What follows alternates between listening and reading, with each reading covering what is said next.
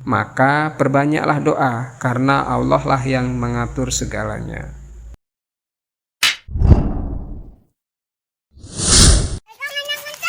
Pegangan. Pegangan.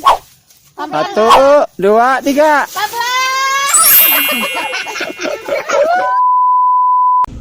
Assalamualaikum warahmatullahi wabarakatuh. Salam Brakukado. Salam para pecinta alpukat Nusantara. Salam para petani Indonesia. Pada video sebelumnya saya sudah sharing tentang pengalaman saya berkebun alpukat dengan budget yang minim. Nah, untuk vlog kali ini saya akan kembali sharing tentang syarat-syarat yang harus kita penuhi agar pohon alpukat kita itu tumbuh secara optimal dan juga berbuah. Yang pertama, carilah lahan yang subur.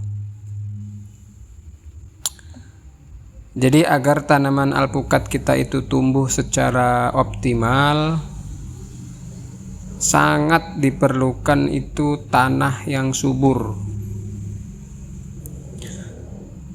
Tanah yang subur itu adalah tanah yang bisa kita kenali ciri-cirinya, diantaranya gembur,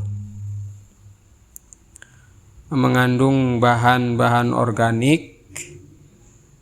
Kemudian kalau kita pacul itu banyak kita jumpai cacing ya. Kemudian juga banyak terdapat humus, banyak mikroorganisme dan lain-lain ya. Kesuburan tanah itu berbeda-beda ya, macam-macam ya menurut saya ya. Yang tidak kalah penting tentang tanah ini adalah pH.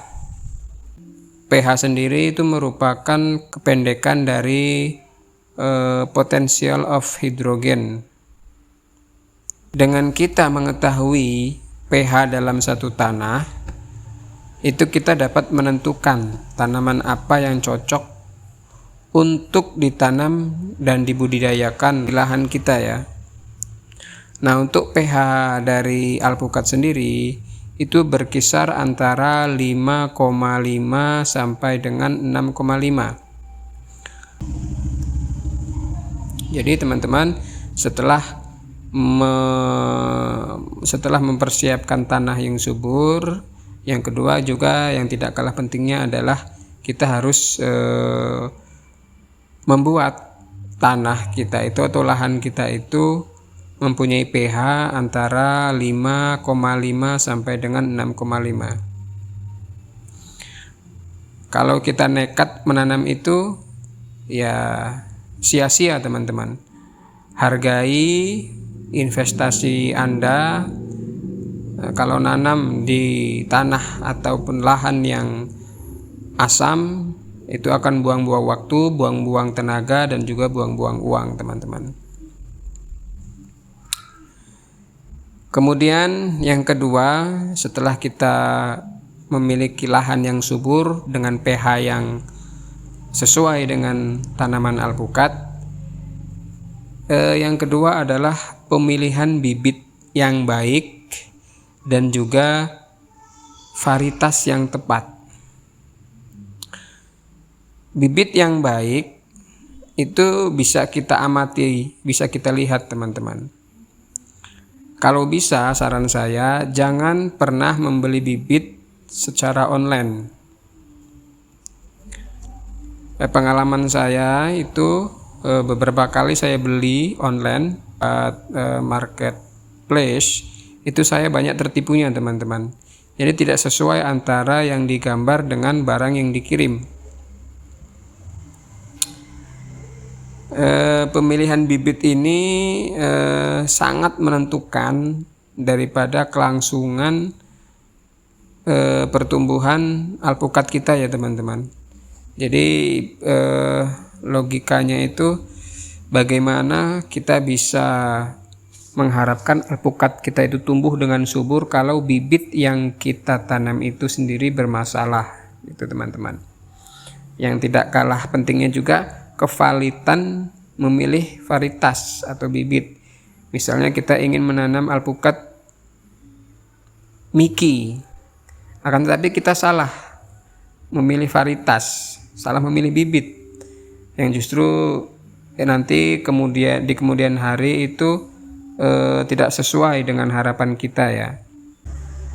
Yang ketiga, supaya alpukat kita itu tumbuh secara optimal dan juga berbuah,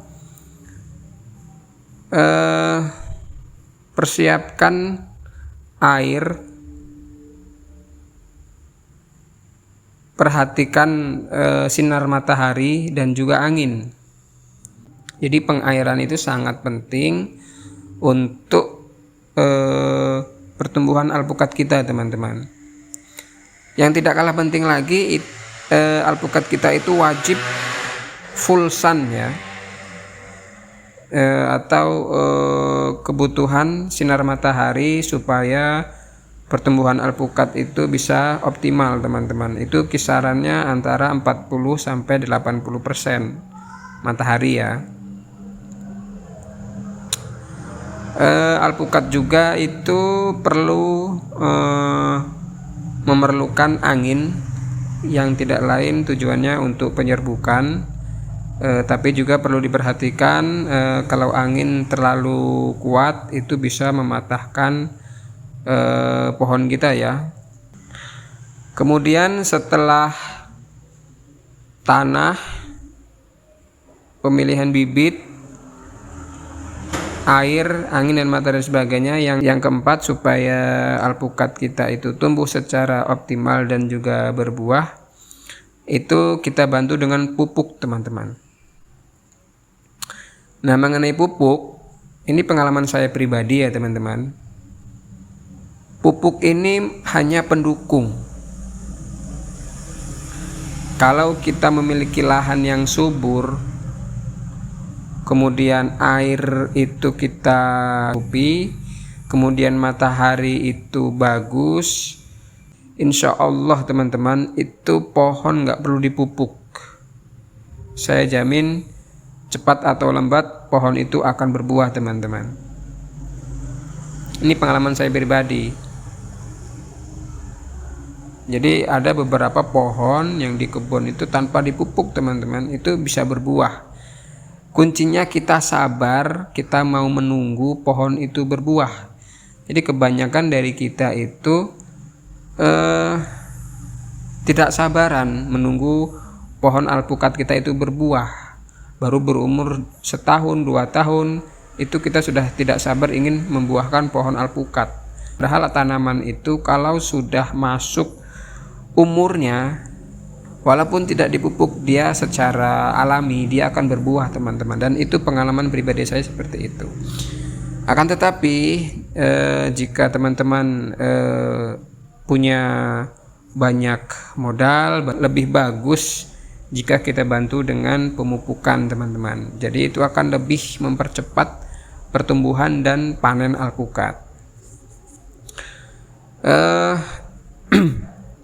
Mengenai konsep pemupukan ini saya bagi menjadi 2 ya. Ada masa vegetatif dan juga ada masa generatif.